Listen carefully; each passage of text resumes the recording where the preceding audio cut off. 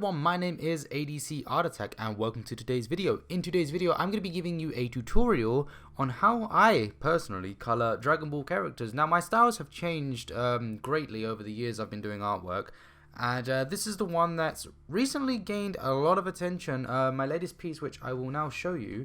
It's a bit of a close-up here, sorry about that, but this is the reference that I'm going to be working from, my own drawing. And I'm going to be showing you how I color that and the style that I use, and yeah, a few tips that may help you. So first things first, when you start doing your drawings and you want to start coloring, I always ink them first before I apply any color, and it's important that you give it a good time to dry, maybe an hour, maybe even longer. Overnight is perfect, but give your ink a long enough time to dry because the alcohol in these pens does sort of bleed the ink and it messes up the colors. So I haven't really left it long. It's been about 15 minutes since I drew this, and hopefully that won't cause any issues. But the colors I'm going to be using today are now the colors, the type of pens I'm using, I guess, vary. I just use any type of brand. I don't really care as long as I got the colors that I need. The brands are not important to me. But the colors I'm using is a sun-kissed pink. Now you can replace this with a blush if you'd like. A blush works just as well, but I like to use a pink, or a very, very light pink anyway. You can use skin pink, pastel, things like this, any sort of color of that nature. For my shadowy areas, I use a praline, this color here. Now again, if you don't want to use praline, you can use a dusky pink, which will replace the praline, but it will give you a bit more of a pinker skin tone. Now I like to go for a bit more of a bronze color. Again, personal preference, it's entirely up to you. And for the deep areas, I'm going to be using a saddle brown. Now again, you can replace saddle brown with trying to think of a color really. Off the top of my head, I don't really have one, but I guess a brown of any type will work pretty well, but try to get a light brown. But yeah, you can also double up with the praline if you want to add a little bit of a shadow, but not too deep of a shadow. So let's get into this anyway, and I'm going to run you through exactly how I do this. So what I want to do is I work out visually. Now you can use a pencil to map off where the shadow areas are going to be, but I like to work out visually where the light tones are going to be, and with those light tones, particularly if I'm going to be using a really bright light source. For example, the light source right now is going to be over here, so we've got a sort of a cone effect. The light will come off in this direction, so that will mean anything that falls onto this horizon line is going to create a straight shadow here. And yeah, so I'll explain that while I do this. Bear in mind I've got this pointy here just for your sakes. So when I do the shadow, I just want to map off that this is going to be all bright here because this is the cheek, and we can sort of make a little marking just over here. And I'm using very cheap paper, by the way. I'm using cartridge paper. I'm not using anything crazy because I don't really care. The paper that I use, it's not too important, and actually cartridge paper works out quite well when doing these drawings.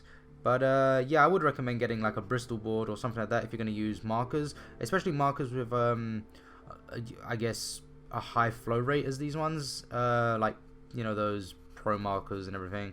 This is a pro marker, there you go. They tend to bleed quite heavily, so it's quite important to get a smooth paper. But yeah, so what we do here is mark off some areas. There'll be a little shadowy area here, and keep in mind where your light source is coming from and what areas could have a shadow and what areas won't have a shadow. Now I might go above this line a little bit, or just follow that line there. The nose is going to cast a shadow. As you know, with the nose, it's a bit deeper just in here.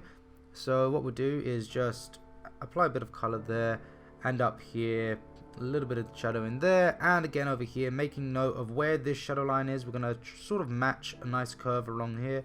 So we'll go up there, and there you go. There's our thing. Now we're keeping them white. I'm keeping some of this area. Oh, no, don't forget this area just there. Now, as you can see, I'm keeping a lot of this area white just here because that's going to sort of exaggerate the brightness that's coming from here, because he's shooting an energy blast, so it's sort of got the bright light beaming straight across him. Now when I use my praline, what you can see, a nice little tip, something you can do, I would recommend getting brushes, by the way, for applying some effects. It's good to have two types of pens. For example, I don't think I have one. Oh, I was just using one. So you can see I've got this one because I don't really need to focus too much on some details, but it's also nice for these sort of where the nose is and stuff to use a brush tip.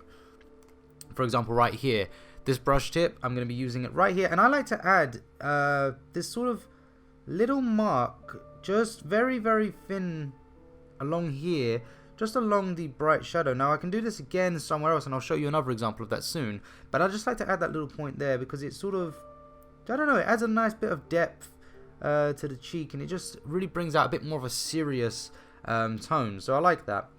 And up here, we sort of just put some tones in there, just up there, and again, focus in on where those deeper areas are. So take note of where the hair strand is. So the hair is sort of going to have a bit of a shadow coming across. You can see just there. And then it will come down. And again, it follows the same pattern as this cheek here. So as this bit of light source just there, you can see this shadow here. So what we do is we come in on a diagonal. And again, we're just going to follow the way that this goes. So we'll just come around here. Now, we don't need to worry too much about the curves being as exaggerated. We can just go straight down with this one, sort of like that. But then as we get to the bottom, we start to bring it inwards and towards there. So then we just sort of fill out this area. Now, my pen's starting to squeak a little bit, and that's because I'm running out of ink. So they squeak a lot when they start to run out. And that's a good warning, I guess. It's a nice little, I guess it's not a feature they've put on purpose, but it is a nice feature. It sort of helps out. Now, when that dries, it will fade quite heavily. So don't worry too much about how dark that appears. It does look very dark, but it will fade out, and it will look pretty cool once it does. So I will show you at the end of the video how it looks once it dries.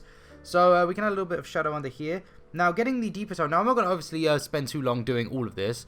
I'm just sort of focusing on some of the on this little area here. I'm not going to go into the hair and stuff, but I will in time skip, do the rest of this and finish it off. But then I get my deep color now. I get my darker one. Now we can start to fill out where some of the deep areas are going to be. So there's going to be one up here. And also a good thing is when you use a darker color like this, it's going to make this one have an illusion of being a lot lighter than it actually is. And also when it does dry, it will become lighter too. So now with these deep shadows, we don't want to go too heavy with them. So you only want to come out very, very, very slightly. You don't want to go crazy and bring it too far over. You want to bring the deep shadows just lightly onto the sides. And we'll just fill out over here. And it's the same applies no matter how you're doing these lights. You don't want the deep shadow to be too dominant. You sort of just want to, I don't know what a word is for it really, give an impression of a deep shadow, I guess. You don't want to go mental with it.